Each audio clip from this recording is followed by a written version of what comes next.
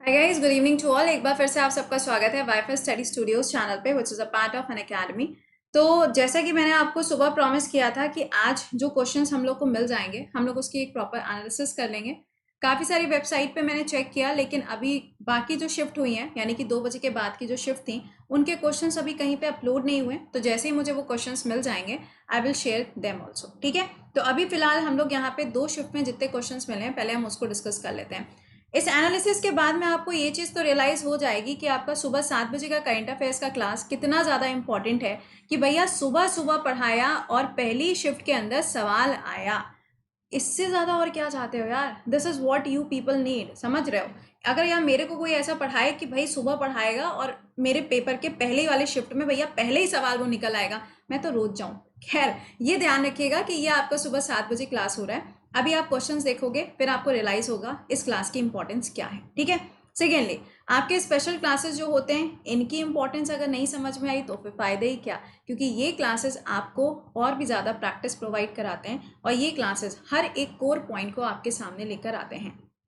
दोनों क्लासेस आपके लिए इंपॉर्टेंट है। ये क्लास वैसे अभी कल ही खत्म हुआ है, तो इसकी जगह पर कल से शुरुआत होने जा रही है। वर्ल्ड के अंदर जितनी भी वॉर्स हुई हैं, उनको हम लोग 10:30 के क्लास में कल से स्टार्ट करेंगे, और ये वाला जो है वो इस पूरे के पूरे वीक में कंटिन्यू रहेगा। ठीक है, आइए ज़रा शुरुआत करते हैं सवालों की। क्लास के लिंक को एक बार से शेयर कर देना। ये क्लास आपका रिकॉर्डेड फॉर्म में होगा। इसका रीज़न ये है क्योंकि छोटा सा सेशन था, बातें ज़्यादा थी, तो मैंने सोचा कि डिस्कस कर लिया जाए। ठीक है, देखिए, पहला क्वेश्चन आपसे पूछा गया था, ऑल इंडिया फुटबॉल फेडरेशन के अध्यक्ष कौन है। अब जरा एक बात सुनना। मैंने अभी कुछ दिन पहले आपको बताया था कि हॉकी फेडरेशन जो है, या फिर हॉकी जो है, इसके अध्यक्ष कौन है। तो नरेंद्र जी को अभी हाल ही में दोबारा से अपॉइंट किया गया था। बहुत पुरानी न्यूज़ नहीं है, अभी 2 हफ्ते पुरानी न्यूज़ है। और आपको ये बता दें कि इस बार जो आपका करंट अफेयर्स पूछा जा रहा है, वो 2021 का मैक्सिमम क्वेश्चन आ रहा है, और करंट अफेयर से कम 7 से 8 क्वेश्चन सीधे सीधे पूछे गए। ठीक है, ये रिव्यू वो है जो मुझे आप ही में से लोगों ने दिया है। जैसे कि बहुत सारे बच्चे थे जिनका आज पेपर था, उन्होंने ही ये चीज़ बताई है। तो फिलहाल हॉकी के लिए पूछा जाएगा, तो आंसर ये। अब देखो, आने वाले टाइम में अभी हॉकी के ऊपर सवाल और क्या बनेगा। इंडिया की जो मेन टीम थी, आपको मालूम है कि ये ऑलरेडी बाहर हो चुकी थी बेल्जियम से हार के। लेकिन इंडिया की जो दूसरी वाली टीम है, यानी कि जो विमेंस टीम है, उसने क्या जीता है भैया? ब्रॉन्ज जीता है। क्या जीता है? ब्रॉन्ज जीता है। अर्जेंटीना से हार के इन्होंने ब्रॉन्ज जीता है। इंपॉर्टेंट बनेगा। ठीक, दूसरा पॉइंट, अगर हम हॉकी की बात कर रहे हैं, तो यहाँ पे विमेंस हॉकी टीम की कैप्टन कौन है?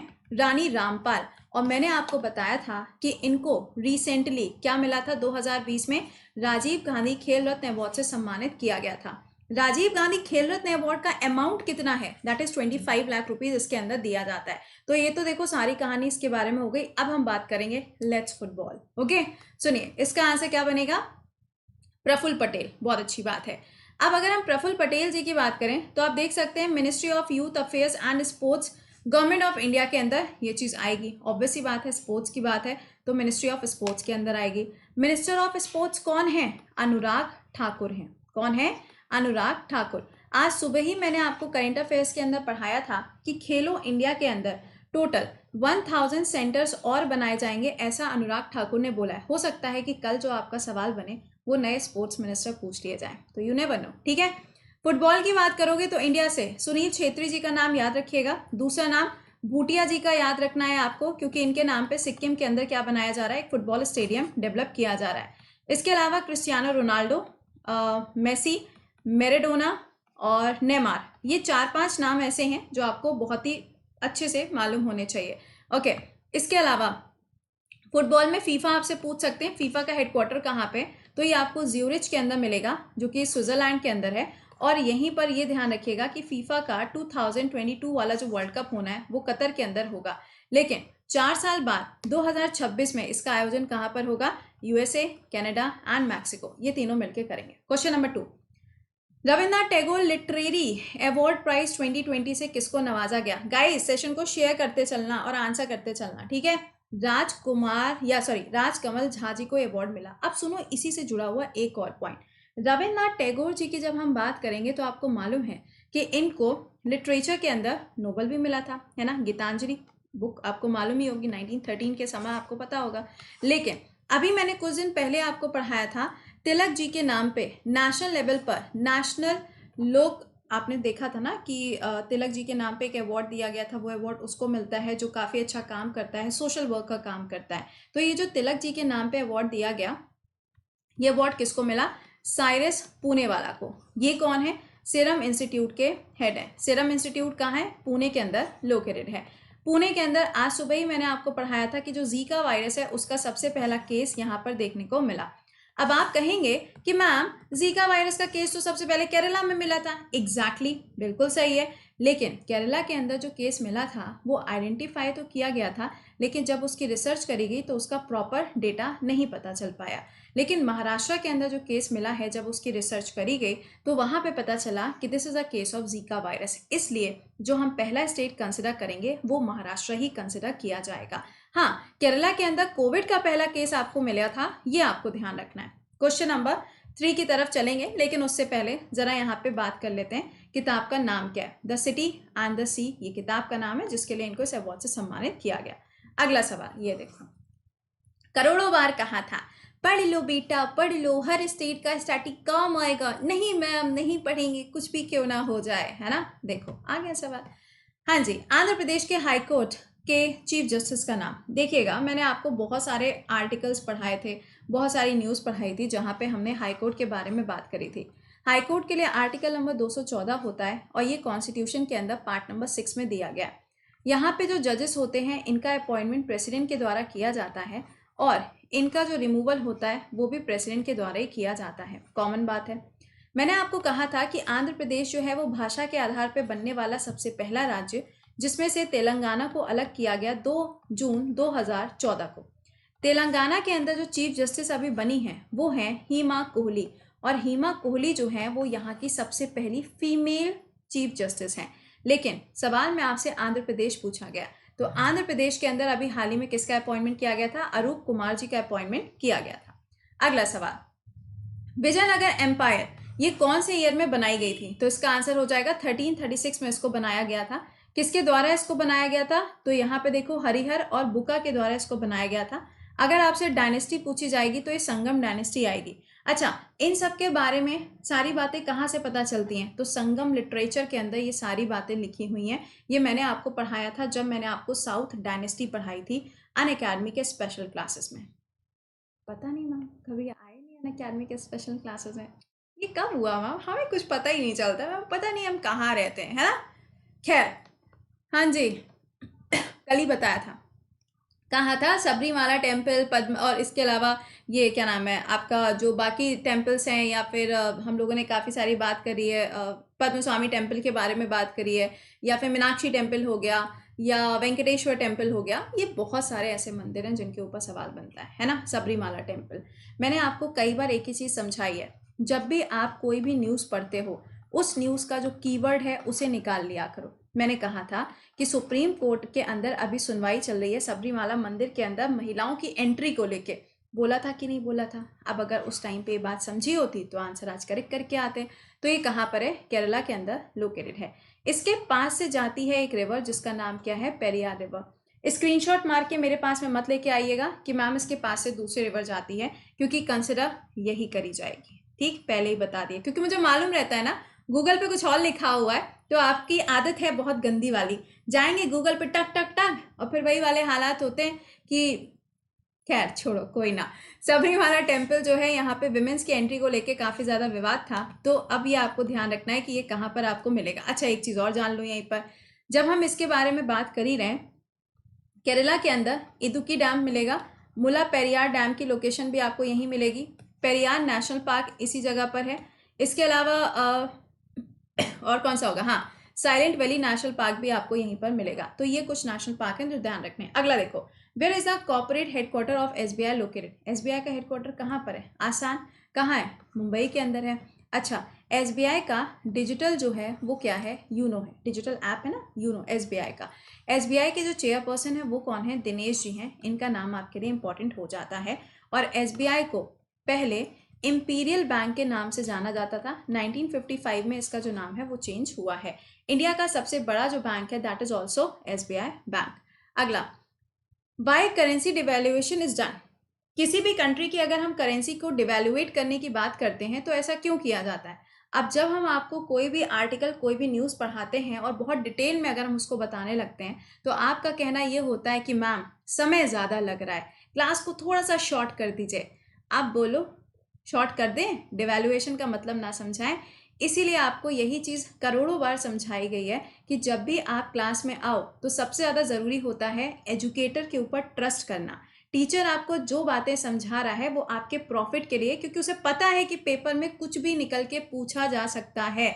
तो दैट्स अ पॉइंट कि आपको उसके ऊपर ट्रस्ट करना पड़ेगा। ठीक है, समय कितना भी लगे, समय आपसे ज़्यादा इंपॉर्टेंट नहीं है, क्योंकि देखो समय तो आप तभी काउंट करोगे ना जब आपकी इंपॉर्टेंस होगी। इंपॉर्टेंस आपकी कब होगी? जब आप कुछ बन जाओगे। तो अभी आप कुछ बने नहीं हो, तो ज़्यादा समय को देखना छोड़ दीजिए, अपना काम करने के ऊपर यकीन करिए। डिवैल्यूएशन क्या होता है? अरे सिंपल सी बात है, सपोज करो चाइना है, चाइना ने अपनी करेंसी को अभी कुछ समय पहले डिवैल्यूएट किया था। उसके बाद में चाइना ने अपनी करेंसी को क्या कर दिया? डिजिटल फॉर्म में कन्वर्ट कर दिया, डिजिटल युआन लेके चले आए। ठीक है, अब हुआ क्या? डिवैल्यूएशन क्यों करते हैं?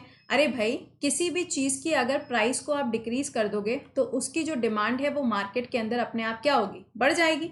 यही तो होता है। मान लो कि एक कैडबरी सिल्क जो है वो 120 रुपए की मिलती है, अगर ये 60 रुपए की मिलना शुरू हो जाए तो हर कोई कहेगा मुझे तो सिल्क खानी है। बिल्कुल सही बात है। तो यही तो होता है, कोई भी कंट्री अपनी करेंसी को डिवैल्यूएट इसीलिए करती है ताकि उसकी जो डिमांड है पूरी मार्केट में बढ़ना शुरू हो जाए, जिससे क्या होगा? वो कंट्री एक्सपोर्ट ज़्यादा कर पाएगी। चाइना ने अभी 2-3 महीने पहले यही काम किया था। ठीक है, चलिए अच्छा, अगले पॉइंट पे आते हैं। अगला क्या पूछा जा रहा है, बताइए। व्हाट इज द शॉर्टकट की फॉर प्रिंटिंग अ डॉक्यूमेंट? अरे हमारे जैसे लोग तो हर दिन इसी का इस्तेमाल करते हैं। कंट्रोल सी हो गया, कंट्रोल वी हो गया, कंट्रोल पी हो गया, ये तो हम लोग का रोज का है ना। Next, SI unit of pressure, easy question है ना। इसका आंसर क्या हो जाएगा? पास्कल। ये तो सबसे आसान सवाल था पेपर का। नेक्स्ट है फाइनेंस कमीशन का आर्टिकल नंबर। देखो पहले तो यहाँ पे ये समझ लेना कि this is a constitutional body, क्योंकि आर्टिकल पूछा जा रहा है तो ऑब्वियस सी बात है कॉन्स्टिट्यूशनल बॉडी होगी। आर्टिकल नंबर कितना है? 280 है। 4 दिन पहले तुमको पढ़ाए थे, एनके सिंह जी जो है वो इसके इस टाइम पे अध्यक्ष हैं, और ये 15 नंबर की फाइनेंस कमीशन है जो कि काम कर रही है। यहाँ पे मैंने आपको ये भी बोला था कि अगर आपसे सवाल में पूछा जाता है नीति आयोग के बारे में, तो नीति आयोग को 1 जनवरी 2015 को बनाया गया था, प्लानिंग कमीशन की जगह पर उसको फॉर्म किया गया था। अगला, Telangana state was formed in which year? अभी मैंने स्टार्टिंग में ही आपको बता दिया, इसका आंसर क्या होगा? 2014 इसका आंसर बनेगा। तेलंगाना के अंदर अगर आप देखेंगे तो चंद्रशेखर जी प्रेजेंट टाइम पे कौन है? सीएम हो जाएंगे। गवर्नर पूछी जाएंगी तो तमली साई जी प्रेजेंट टाइम पे गवर्नर है। इंपॉर्टेंट। नेक्स्ट सुनिएगा, श्रीलंका के प्रेसिडेंट। श्रीलंका और इंडिया की दोस्ती आप जानते हैं बहुत ज़्यादा गहरी है। सबसे पहला पॉइंट कि श्रीलंका की कैपिटल है कोलंबो और जयवर्धनपुरम कोट्टा। श्रीलंका के अंदर आपको हम्बनटोटा पोर्ट मिलता है जिसको चाइना ने डेवलप किया हुआ है। श्रीलंका के अंदर मटाला एयरपोर्ट है which is the emptiest airport of the world. Sri Lanka के जो प्रेसिडेंट हैं वो है गोटाबाया राजपक्षे, और जो पीएम है वो है महेंद्र राजपक्षे। नेक्स्ट पॉइंट, श्रीलंका के साथ में इंडिया की जो एक्सरसाइज होती है उसका नाम है स्लाइनेक्स एक्सरसाइज और मित्र शक्ति एक्सरसाइज। इंडिया ने बोला हुआ है कि सोलर पावर जो है वो डेवलप करी जाएगी श्रीलंका के अंदर भारत के द्वारा। This is a important point. और इंडिया क्या करेगा? कोलंबो पोर्ट जो है उसके एक टर्मिनल को डेवलप करने का काम भी करेगा, लेकिन वो काम किसके साथ में होगा? जापान के साथ में वो काम किया जाएगा। अगला सवाल, फिक्की के चेयरपर्सन पूछे गए थे, इसका आंसर क्या होगा? उदय शंकर जी इसके प्रेजेंट टाइम पे कौन हो जाएंगे? चेयरपर्सन। और अगर इसकी सीईओ पूछी जाएंगी तो संगीता रेड्डी जी इसकी प्रेजेंट टाइम पे सीईओ हैं, और इसका हेडक्वार्टर कहाँ है? दिल्ली के अंदर आपका हेडक्वार्टर लोकेटेड है। कब बनाया गया ये? 1927 में इसको फॉर्म किया गया। अगला, कबरताल, कुछ याद आया? कबरताल वेटलैंड कौन से स्टेट के अंदर लोकेटेड है? आंसर हो जाएगा बिहार। अब आपको ध्यान होना चाहिए इंडिया के अंदर टोटल कितनी रामसर साइट्स हैं? 42 हैं। अभी लेटेस्ट वाली जो जोड़ी गई है इसके अंदर वो कौन सी वाली है? तो वो हो जाएगी कौन सी? सोकर लेक, और ये कहाँ पर है? लद्दाख के अंदर है। सबसे बड़ी अगर रामसर साइट पूछी जाएगी तो ये चिल्का लेक हो जाएगी। किस जगह पर है? ये आपको उड़ीसा के अंदर देखने को मिलेगी। अब बिहार के अंदर तो कबरताल आपको मिल ही जाएगी, इंपॉर्टेंट रहेगा क्योंकि आप जानते हैं कि आसपास से जो भी क्वेश्चन बन सकते हैं वो उठा के पूछ लिए जाएंगे। अच्छा, एक चीज़ और, बिहार के अंदर ये जो कबरताल आप देख रहे हो इसी के साथ में ये ध्यान रखिएगा कि डॉल्फिन सेंटर जो बनाया जाएगा, रिसर्च सेंटर, वो भी आपको बिहार के अंदर पटना में देखने को मिलेगा। अगला, what is the formula of dry ice? अरे क्या होता है ड्राई आइस? या कार्बन है, तो सिंपल सी बात है यहाँ पे क्या हो जाएगा? कार्बन डाइऑक्साइड का फॉर्मूला ही तो लगाना है आपको। नेक्स्ट है फर्स्ट, लोकपाल ऑफ इंडिया। देखो, एक होता है लोकपाल, एक होता है लोकायुक्त। लोकपाल जो होता है वो सेंटर पे होता है, लोकायुक्त जो होता है वो स्टेट के अंदर होता है। तो पिनाकी चंद्र घोष जी जो हैं ये प्रेजेंट टाइम पे क्या है, लोकपाल हैं इंडिया के अंदर। और इसके लिए जो बिल है वो बहुत पहले आया था, फिर 2014 में पास कराने की बात हुई, उसके बाद में ये आगे बढ़ा है, तो इसको थोड़ा सा ध्यान रखिएगा। अगला, लैंड एक्विजिशन प्रोहिबिशन एक्ट 2020 जो है अभी हाल ही में भारत के कौन से राज्य के अंदर इसको इम्प्लीमेंट किया गया है। तो पहले तो ये समझिएगा लैंड एक्विजिशन का मतलब क्या है।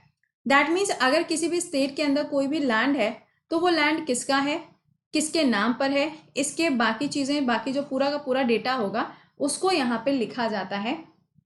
पूरी कंप्लीट एक तरीके से डॉक्यूमेंटेशन उसको किया जाता है। इसके लिए यहाँ पे क्या किया गया, कुछ नंबर्स को भी आइडेंटिफाई किया गया कि भैया ये नंबर इसको देना पड़ेगा, जिससे क्या होगा, इजिली हमारे पास में सारा का सारा डेटा हो जाएगा।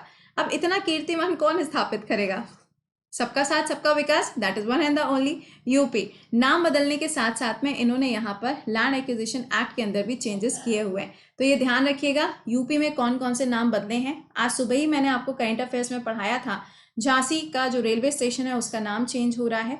इसके अलावा जो बनारस के अंदर रेलवे स्टेशन है उसका नाम भी चेंज हुआ है। फिर मैंने आपको बताया था क्या था यार, फिरोजाबाद का था, मेरे को याद नहीं आ रहा एग्जैक्टली, मैंने एक बार कमेंट बॉक्स के अंदर लिख के बताना। फिरोजाबाद का शायद नाम चेंज था ना, यही तो पढ़ाया था आज मैंने, एक पॉइंट बताया था ना इसके बारे में।